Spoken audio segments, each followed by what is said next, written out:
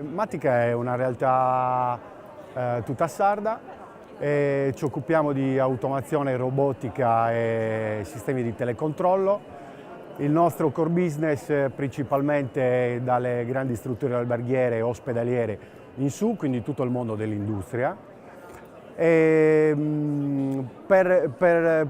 questo mondo, per questi settori, facciamo o nuovi impianti, quindi partendo dall'esigenza del cliente, facciamo l'ingegneria, quindi scriviamo il software.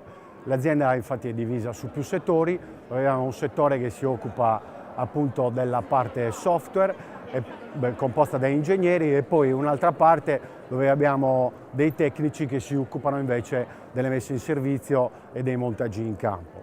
Siamo in grado di dare un servizio a tutto tondo per un ciclo produttivo, per esempio, per un cliente. Siamo in grado, appunto, partendo dalla scrittura del software fino alla realizzazione del quadro, al montaggio in campo di tutta quella che è la sensoristica che ci permette poi di controllare gli attuatori, i motori, piuttosto che non i robot opportunamente programmati per fare determinate cose, fino addirittura ad arrivare all'acquisizione di tutti questi che sono segnali che li mettiamo sul web in modo da poter essere interrogati poi dalle persone, dai settori diciamo così, interessati. La Matica oggi è una realtà piccola, piccolissima, perché noi siamo partiti che eravamo 3, oggi siamo 30, no?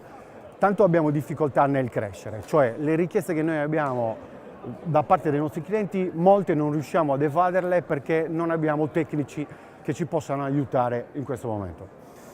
Allora vorrei dire, ragazzi, tanto non abbattiamoci, oggi la tecnologia ci permette di poter lavorare da qualsiasi parte del mondo, questo ormai è consolidato.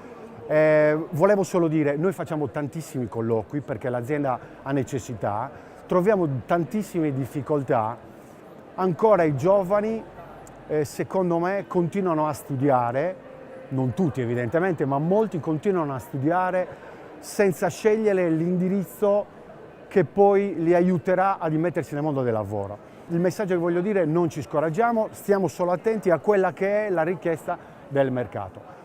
Dico e aggiungo un'altra cosa: le figure che servono a noi in azienda non esistono sul mercato, servono tantissimi anni di esperienza, però noi oggi siamo alla ricerca di qualcuno che abbia un minimo di conoscenza che alcune scuole insomma comunque danno sulla robotica e sull'automazione. Poi noi ci stiamo adoperando, perché è un'esigenza nostra, ma lo è di tutto il territorio, a realizzare un centro dove ci preoccuperemo di fare formazione.